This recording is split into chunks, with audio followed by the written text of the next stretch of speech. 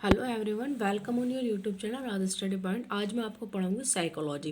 जैसा कि आपको पता है कि अगर आप सीटेट एग्ज़ाम देना चाहते हैं या कोई भी टीचिंग एग्ज़ाम देना चाहते हैं तो उसके पॉइंट ऑफ व्यू से साइकोलॉजी बहुत ही इंपॉर्टेंट रोल प्ले करती है और हर टीचिंग एग्ज़ाम के लिए बहुत ही इंपॉर्टेंट है साइकोलॉजी।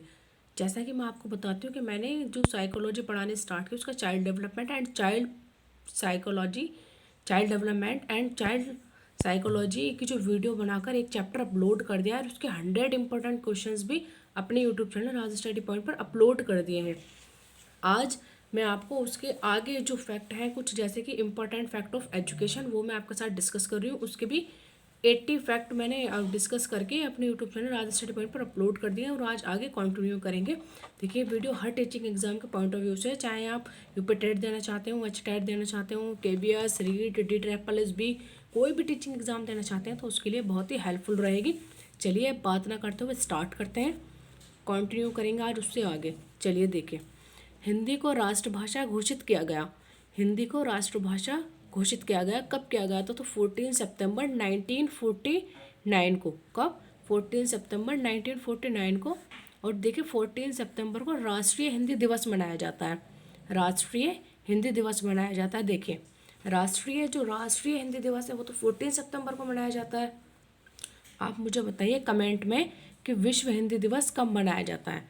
राष्ट्रीय हिंदी दिवस तो 14 सितंबर को मनाया जाता है, लेकिन विश्व हिंदी दिवस कब मनाया जाता है वो आप मुझे कमेंट्स में लिखकर ज़रूर बताएं। चलिए अब चलते हैं नेक्स्ट क्वेश्चंस की तरफ। देखिए, भाषा संबंधी समस्या के समाधान के लिए द्विभाषा सूत्र प्रस्तुत किया किसने? तो देखिए, जो भाषा संबंधी समस्या है उसका समाधान करने के लिए जो द्विभाषा सूत्र प्रस्तुत किया है वो किसने किया है? तो आपका आंसर होगा केंद्रीय शिक्षा सलाहकार बोर्ड, CABE ने। केंद्रीय शिक्षा सलाहकार बोर्ड, CABE ने। चलिए, ये आपको पता चला।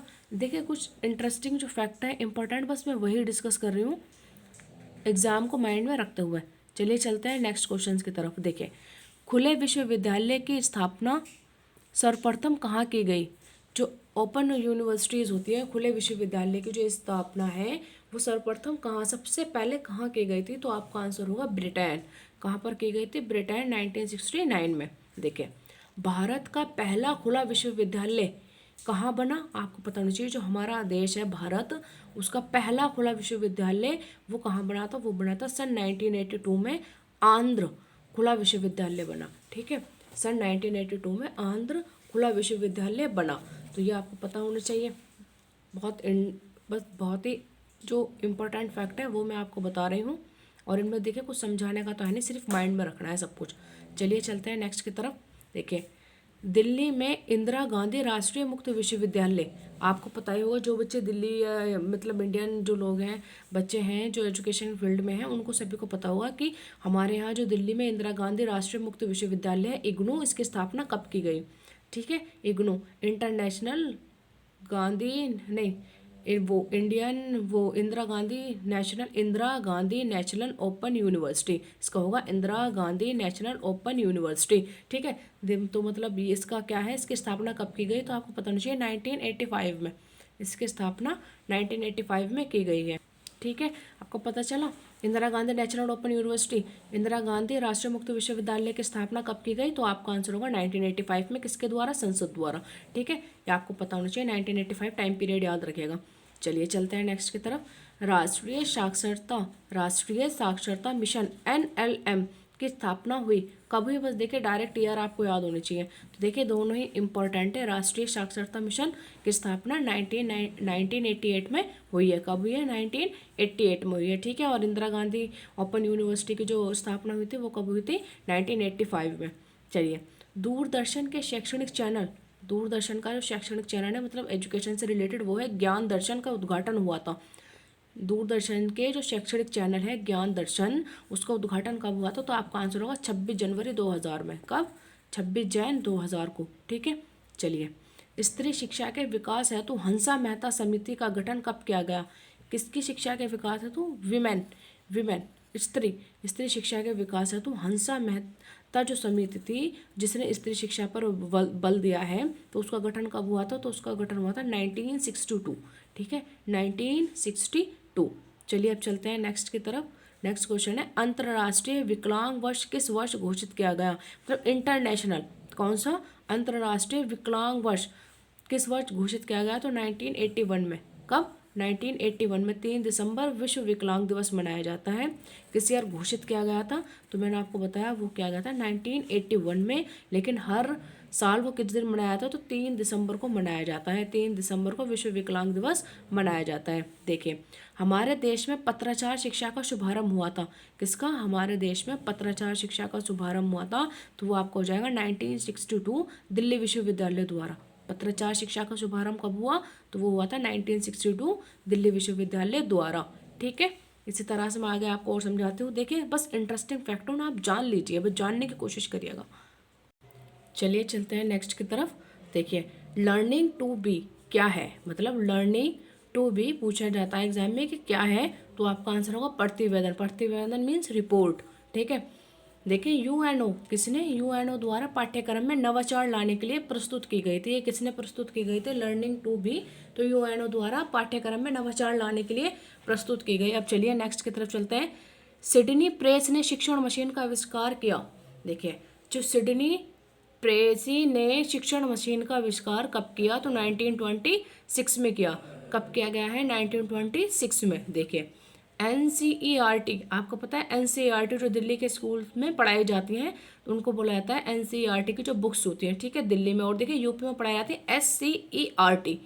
एनसीईआरटी के अंतर्गत एक शिक्षा तकनीकी केंद्र की स्थापना सन 1984 ईस्वी में की गई, जिसे वर्तमान समय में कहा जाता है central institute of educational technology, CIET। देखिए, अगर पूछा जाए कि CIET बताइए क्या है, तो central institute of educational technology. इनके आप फुल फॉर्म ज़रूर माइंड में रखिएगा। ठीक है, मैंने आपको बताया कि एनसीईआरटी जो है उसके अंतर्गत एक शिक्षा तकनीकी केंद्र की स्थापना कब की गई? 1984 में की गई, जिसे वर्तमान समय में क्या कहा जाता है? CIET। क्या कहा जाता है? CIET की जो स्थापना की गई वो 1984 में, और उसे वर्तमान टाइम पीरियड में क्या कहा जाता है? तो central institute of educational technology. Central institute of educational technology 2 से 3 बार बोलोगे, आपका माइंड में सेट हो जाएगा बिल्कुल। और ये देखिए इंपॉर्टेंट है, ये तो जितनी भी फुल फॉर्म मैं आपको बताऊँ ये सब आपको अपने माइंड में रखनी है।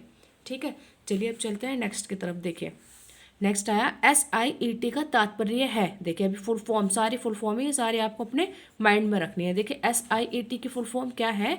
State institute of educational technology. आपको पता होना चाहिए SIT मतलब state institute of educational technology. State institute of educational technology. ठीक है, इसकी फुल फॉर्म ये होती है, इससे तात्पर्य ये है। अब चलिए देखिए 95 की तरफ चलते हैं। NUEPA का तात्पर्य क्या है? तो national university for educational planning and administration. क्या होता है कि national university for educational planning and administration. National university for educational planning and administration, इसका आप फुल फॉर्म बिल्कुल अपने माइंड में रखिएगा। ये तीनों ही चारों जो मैं बताऊंगी सारी की सारी पेपर के पॉइंट ऑफ व्यू से बहुत ही इंपॉर्टेंट है, और आप इनको अपने माइंड में ज़रूर रखिएगा। 2 से 4 बार आप इन्हें लिख कर देखिए, प्रैक्टिस करिए, तो ये आपके माइंड में फिट हो जाएंगे बिल्कुल। बस ऐसे वर्ड को मिला मिलाकर थोड़ा सा पढ़िए और 2 से 3 बार उनको बोल दीजिए, बस माइंड में सेट। चलिए देखिए, डाइट, DIET, डाइट का तात्पर्य क्या है? जिला शिक्षा और प्रशिक्षण संस्थान। ठीक है, देखिए बताइए प्रशिक्षण मीन्स क्या होता है? पता है आपको प्रशिक्षण मीन्स क्या है? प्रशिक्षण मीन्स ट्रेनिंग। ठीक है, तो डाइट हमें क्या कराती है? एक तरीके से जितने बच्चे डाइट करते हैं तो उनको एक ट्रेनिंग तो देती है। तो देखिए, जिला शिक्षा और प्रशिक्षण संस्थान मतलब district institute of education and training. क्या होता है? डिस्ट्रिक्ट, डाइट के क्या हो जाएगी? District institute of education and training. ठीक है, चलिए अब चलते हैं 97 की तरफ। ओवरहेड प्रोजेक्ट होता है। देखिए, जो ओवरहेड प्रोजेक्ट है वो क्या होता है? तो आपका सीधा सीधा आंसर होगा कठोर शिल्प। देखिए, चारों जो मैंने बताया ना, चारों ही बहुत ही ज़्यादा इंपॉर्टेंट है, ये आप अपने माइंड में ज़रूर रखिएगा, वेरी इंपॉर्टेंट। ठीक है, चारों की डेफिनेशन आपके माइंड में होनी चाहिए, फुल फॉर्म पता होना चाहिए आपको इनका। ठीक है, चलिए ओवरहेड प्रोजेक्ट मैंने बता दिया कि क्या होता है? कठोर शिल्प होता है। अब देखिए, अनुदेशन का तात्पर्य होता है, अनुदेशन 98 की तरफ मैं आ चुकी हूँ। अनुदेशन का तात्पर्य क्या होता है? तो होगा सूचनाएं प्रदान करना। अनुदेशन मीन्स क्या होगा? सूचनाएं, आप क्या करेंगे इसमें? सूचनाएं प्रदान करेंगे। सूचनाएं प्रदान करना क्या हो जाएगा? अनुदेशन। ठीक है, चलिए शिक्षा के क्षेत्र में अभिकर्मित अध्ययन का उपहार है। देखिए, शिक्षा के जो क्षेत्र में अभिकर्मित अध्ययन का उपहार है वो क्या है, तो ये हो जाएगा अनुदेशन तकनीक। अनुदेशन मैंने भी आपको बताया, अनुदेशन मीन्स क्या होता है, सूचनाएं प्रदान करना, और ये क्या हो जाएगा, अनुदेशन तकनीकी। ठीक है, देखिए अभिकर्मित अधिगम के प्रतिपादक माने जाते हैं। अभिकर्मित अधिगम के प्रतिपादक कौन माने जाते हैं, हमारे बीएफ स्किनर। कौन माने जाते हैं, बीएफ स्किनर 1956 ईस्वी में। अभिकर्मित अनुदेशन, अनुदेशन मैंने आपको बताया कि मतलब सूचनाएं प्रदान करना। ठीक है, और शिक्षा के क्षेत्र में अभिकर्मित अध्ययन का उपहार क्या है, अनुदेशन तकनीक। और इसके प्रतिपादक कौन माने अभिकर्मित अधिगम के प्रतिपादक कौन माने जाते हैं अभिकर्मित के, तो वो माने जाते हैं बीएफ स्किनर। ठीक है, इनका पूरा नाम है बीएफ स्किनर। इन्होंने चूहों पर और व्हाइट कबूतर पर प्रयोग किया है। ठीक है, मैं बताऊंगी इनके अधिगम के सारे सिद्धांत, जैसे बीएफ स्किनर, थॉर्नडाइक, ठीक है, अल्बर्ट बांडुरा, क्लार्क हल, इन सब के सिद्धांत मैं आपको पढ़ाऊंगी अधिगम से संबंधित। अभी जितना बता रहे हो उतना आप अपने माइंड में रखिए। चलिए, अभिकर्मित अधिगम किस अधिगम सिद्धांत के आधार पर विकसित हुआ। देखिए, जो अभिकर्मित अधिगम है वो किस अधिगम के सिद्धांत के आधार पर विकसित हुआ था, तो क्रिया प्रसूत अनुबंधन सिद्धांत। और ये क्रिया प्रसूत अनुबंधन सिद्धांत किसने दिया है, तो ये सिद्धांत दिया है हमारे बीएफ स्किनर ने। किसने, बीएफ स्किनर ने दिया है। ठीक है, अभिकर्मित अनुदेशन का कौन सा अनिवार्य सिद्धांत है, तो वो हो जाएगा, इसमें अगर पूछा जाए कि बताइए अभिकर्मित अनुदेशन का कौन सा अनिवार्य सिद्धांत है, तो आपको हो जाएगा स्वगति का सिद्धांत। किसका, स्वगति का सिद्धांत। ठीक है, चलिए चलते हैं नेक्स्ट की तरफ। नेक्स्ट मैं आपके साथ डिस्कस करती हूँ। इसका इन्होंने जो अधिगम का सिद्धांत दिया है वो मैं आपको जो अधिगम का सिद्धांत पढ़ाऊंगी उसमें सारे डिटेल में समझाऊंगी कि इन्होंने क्या मतलब किस तरीके से सिद्धांत को दिया है और क्या क्या बताया है। ठीक है, जैसे कबूतर पर, वाइट चूहों पर इन्होंने जो किया है उसके बारे में आपको डिटेल से बताऊंगी, बीएफ स्किनर के बारे में। ठीक है, इन्होंने क्रिया प्रसूत अनुबंधन का सिद्धांत दिया है। चलिए अब चलते हैं नेक्स्ट की तरफ। शिक्षण नीतियों का चयन किया जाता है। जो शिक्षण नीतियां हैं उसका चयन किया जाता है, वो कैसे किया जाता है, उद्देश्यों के आधार पर। कैसे, उद्देश्यों के आधार पर शिक्षण नीति का चयन किया जाता है। चलिए, शिक्षण विधियों का चयन किया जाता है। शिक्षण नीतियां और शिक्षण विधियां बस थोड़ा सा अंतर है। देखिए, जब नीतियों का हो जाएगा तो हमारे उद्देश्यों के आधार पर हो जाएगा। नीति हम किसके आधार पर बनाते हैं, उद्देश्यों के आधार पर। अगर आपसे क्वेश्चन पूछा जाए कि शिक्षण विधियों, यहाँ पर आप कंफ्यूज मत होना, नीतियों में तो हो जाएगा उद्देश्य के आधार पर, और शिक्षण विधियों का चयन किया जाता है तो वो क्या जाता है, पाठ्य वस्तु की प्रकृति के अनुसार। पाठ्य वस्तु जो है उसकी प्रकृति के अनुसार हम शिक्षण विधियों का चयन करते हैं। शिक्षण विधियां होती हैं जिससे कि बच्चा आराम से सीख पाता है कि हम हमारी कुछ शिक्षण विधियाएं कि हम कैसे बच्चों को सिखाने की कोशिश करें, कैसे बच्चा चीज़ों को सीख पाएगा। चलिए मैं आगे बताती हूँ। जनतांत्रिक शिक्षण नीतियों के अंतर्गत आता है, जो जनतांत्रिक शिक्षण नीतियां हैं उनके अंतर्गत क्या आता है, वाद विवाद आता है, मस्तिष्क विप्लव आता है, और योजना पद्धति, ये सब चीज़ें इसके अंतर्गत आती हैं। चलिए अब मैं आपके साथ आगे डिस्कस करूंगी। देखिए, कुछ और इंटरेस्टिंग फैक्टर जो मैं आपके साथ डिस्कस करना चाहूँगी वो आप सारे 1 बाय 1 अपने माइंड में रखिएगा। ठीक है, देखिए, ह्यूरिस्टिक या अन्वेषण, ह्यूरिस्टिक कह दो या फिर अन्वेषण विधि के प्रतिपादक कौन है, तो हो जाएगा प्रोफेसर आर्मस्ट्रॉन्ग। चलिए बताइए, चांद पर जाने वाला पहला व्यक्ति कौन था, कमेंट बॉक्स में लिखकर बताइए, और वो कब गए थे ये भी आपको पता होना चाहिए, उनका टाइम पीरियड के साथ मेंशन करिएगा। चलिए, ह्यूरिस्टिक शब्द की उत्पत्ति ग्रीक भाषा के किस शब्द से हुई है, तो ह्यूरिस्को से। किससे हुई है, जो ये ह्यूरिस्टिक शब्द है, ठीक है, इसकी जो उत्पत्ति है वो ग्रीक भाषा के शब्द से हुई है, लेकिन किस शब्द से हुई है, वो हुई है ह्यूरिस्को से। किससे, ह्यूरिस्को से। ह्यूरिस्को का जो अर्थ होता है ना, इसका अर्थ होता है मैं खोजता हूँ। इसका क्या अर्थ होता है, ह्यूरिस्को का अर्थ होता है कि मैं खोजता हूँ। तो आप समझ गए ना, अन्वेषण विधि मतलब खोज करना। ठीक है, तो ह्यूरिस्को से अर्थ क्या हो जाएगा, मैं खोजता हूँ। चलिए मैं आपको बताती हूँ उसका मीनिंग। देखिए, नेक्स्ट क्वेश्चन, ह्यूरिस्को शब्द का तात्पर्य है कि मैं खोजता हूँ। ह्यूरिस्को शब्द का तात्पर्य क्या है, मैं खोजता हूँ। चलिए मैं आगे बताती हूँ। अन्वेषण या ह्यूरिस्टिक विधि में शिक्षण को कितने सोपानों में विभाजित किया जाता है।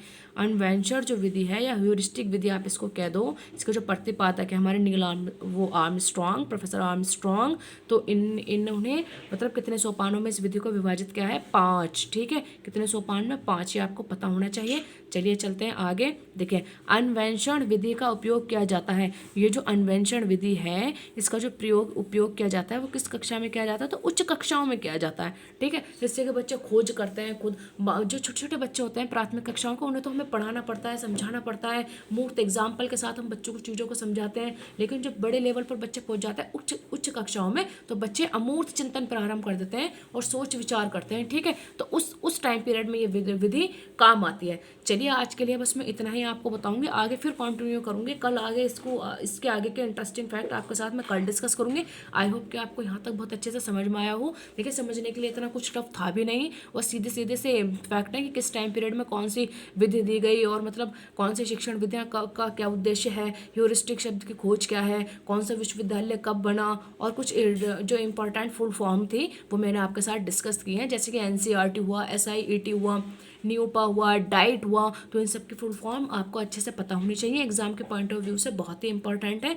आई होप कि मैं आशा करती हूँ कि आपको ये सब बहुत अच्छे से समझ में आया होगा। अगर आपको ये मेरी वीडियो समझ में आई है, देखिए जितना भी था मैंने आपके साथ वन बाय वन हर एक फैक्ट को डिस्कस किया है, और जो इंपॉर्टेंट है वो सारे मैंने आपको बताया कि ये इंपॉर्टेंट है, ये इंपॉर्टेंट है, तो आप उस पर ज़्यादा अच्छे से फोकस करें, ठीक है। बाकी तो सभी फैक्ट हैं, आप जान लें, एक बार जान लेंगे तो आप हर एग्जाम के लिए श्योर हो जाएंगे। चलिए अगर आपको ये वीडियो पसंद आई है तो आप इस वीडियो को लाइक करें, अपने दोस्तों के साथ शेयर ज़रूर करें। अगर आप हमारे चैनल पर नए हैं तो चैनल को सब्सक्राइब ज़रूर करें, और मुझे कमेंट बॉक्स में अपनी राय ज़रूर दें। चलिए मिलते हैं नेक्स्ट वीडियो में नेक्स्ट टॉपिक के साथ। आगे ही जो ये फैक्ट हैं कंटिन्यू करेंगे, और कल की वीडियो में सारे फैक्ट मैं कंप्लीट करा दूंगी।